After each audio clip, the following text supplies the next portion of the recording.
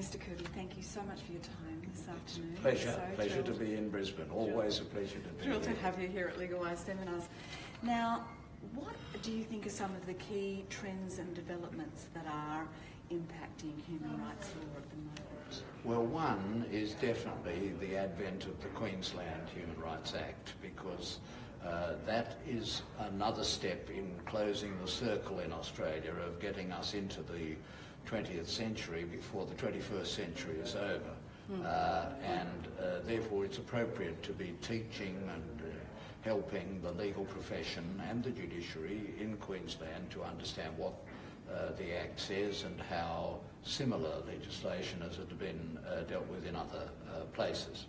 Another issue which is definitely on the agenda is the so-called religious freedoms. That's a matter on the federal agenda because of talk of having legislation by the new federal government or the returned federal government to protect religious freedom.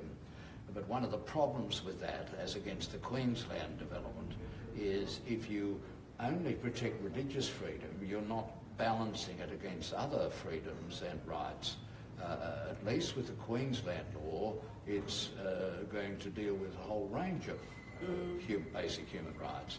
And a danger in protecting only religious rights is that you may not protect other rights that are in competition with religious rights, such as, for example, the rights of LGBT students in schools to be informed of the normality of their status and not to be made to feel second class because of their sexual orientation or gender identity. Yes. And are there future issues on the horizon that legal practitioners need to be aware of with regards to human rights law that they should have on their radar, our legal practitioners? Well, one, I think, is definitely the impact of international human rights law on our Australian legal system.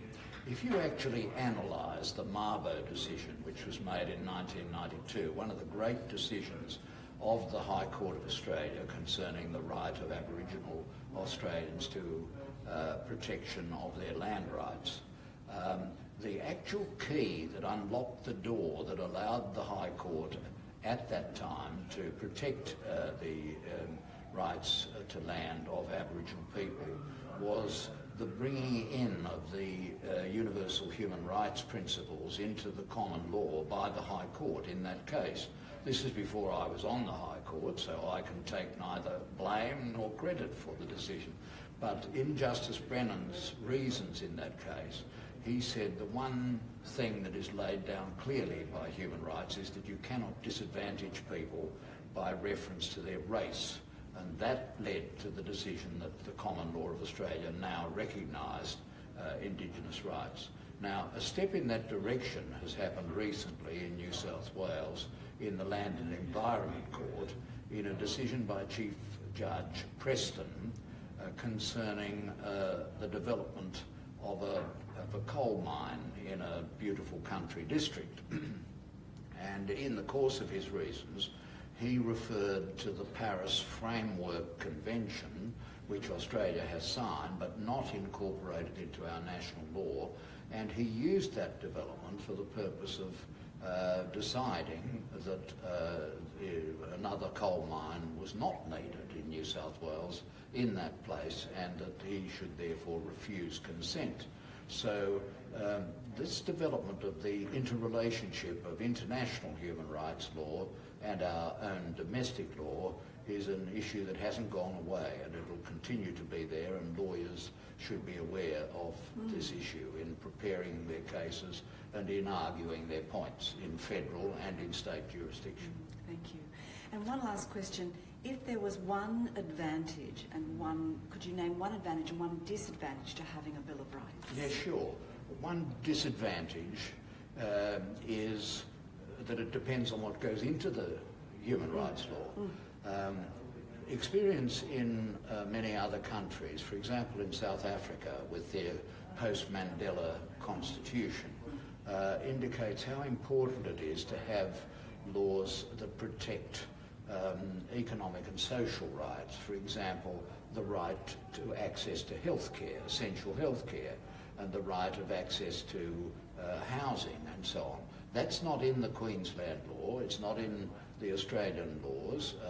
It may come at some later stage, but that is a disadvantage, that it's very much focused on political and civil rights and not on economic and social rights. And you just have to walk around an Australian city street and you see there are a lot of homeless, and there also are people who don't have access to healthcare, and that is a matter which we need to address.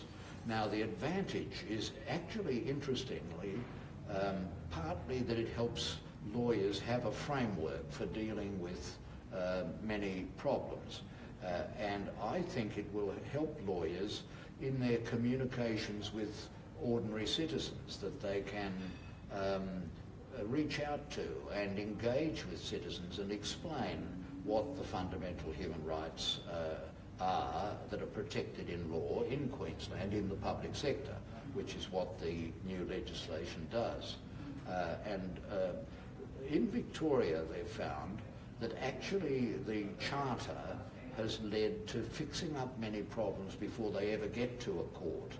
That is, in the drafting of legislation, they draft it so that it doesn't breach the human rights in the Charter, and in teaching in schools, they can teach children about the fundamental rights in the Charter. And I think it'll be the same here in Queensland with the Human Rights Act, and I think that's a very good thing. You don't have to solve every problem in courts. Many problems can be solved without going to courts, and lawyers have a role in helping in that too. Thank you. Mr. Kirby, thank you very much for your time this Thank you for having me in Brisbane. Thank you.